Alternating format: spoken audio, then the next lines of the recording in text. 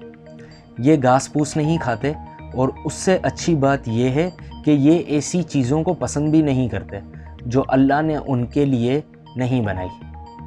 اب ذرا یہ انسانوں کے دانتوں کو آپ دیکھیں، جسے اپنی پسند ناپسند کا اس رب سے زیادہ بہتر پتہ ہے جس نے اسے بنایا۔ ہم انسانوں کے پاس 4 طرح کے دانت ہیں۔ نمبر 1 انسیزر، نمبر 2 کینن، نمبر 3 پریمولر، اور نمبر 4 مولر۔ یہ جو نمبر 2 کینن ہے،